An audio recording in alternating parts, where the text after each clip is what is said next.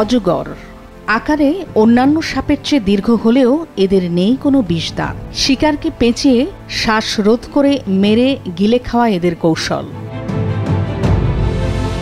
বাংলাদেশে সাধারণত উত্তর পূর্ব বা দক্ষিণ পূর্ব অঞ্চলের মিশ্র চিরহরিৎ কিংবা গরান বনাঞ্চলে দেখা যায় অজগর।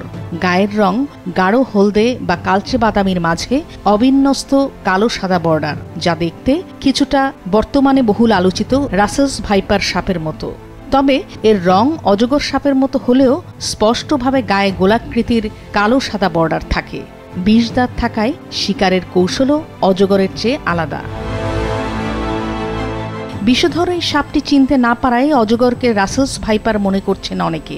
গেল রবিবার জামালপুরের দেওয়ানগঞ্জে বিষাক্ত সাপ রাসেলস ভাইপার মনে করে বন্যায় গাছের ডালে আশ্রয় নেওয়া 6 ফুট দৈর্ঘ্যের অজগর সাপকে পিটিয়ে মারার ঘটনা ঘটেছে। পরে মৃত ওই অজগর সাপ নিয়ে আনন্দ মিছিল করেন স্থানীয় যুবকেরা। বিষয়টি দুঃখজনক বলে মনে করছেন বিশেষজ্ঞরা। সাপ দেখলে না মেরে তা থেকে সতর্ক থাকার নানামুখী পরামর্শ দিয়েছেন তারা। বাঁচার উপায় হচ্ছে প্রতিরোধ নেওয়া। প্রতিরোধ করা মানে হচ্ছে আপনি সাপকে অ্যাভয়েড করবেন। যেই জায়গায় সাপ আছে সেই জায়গায় যতটা সম্ভব যাবেন না। যখন আপনার মাঠে ঘাটে কাজ করতে হবে, এটা তো আর কোনো উপায় নেই, করতেই হবে। যদি সম্ভব হয়, যদি ঘাসের জায়গা বা এরকম জায়গা থাকে, তাহলে আপনি বুট পরে যাবেন, যদি সম্ভব হয়, যদি থাকে।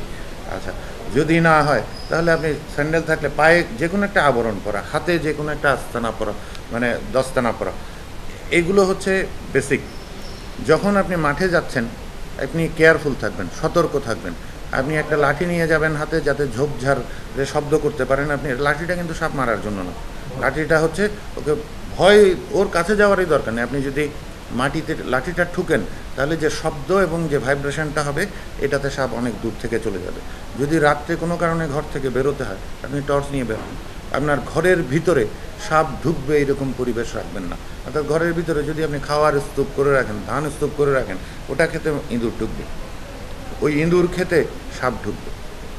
আপনার ঘর পরিষ্কার পরিচ্ছন্ন থাকলে, ইঁদুর বা জাতীয় প্রাণীগুলি যদি না থাকে, তাহলে আর সাপ ঢুকবে না। অজগর বা রাসেলস ভাইপার সহ যে কোনো সাপে কাটলে দ্রুত হাসপাতালে যাওয়ার পরামর্শ দিয়েছেন বিশেষজ্ঞরা। নাদিয়া আফরিন, মাছরাঙা নিউজ ডেস্ক।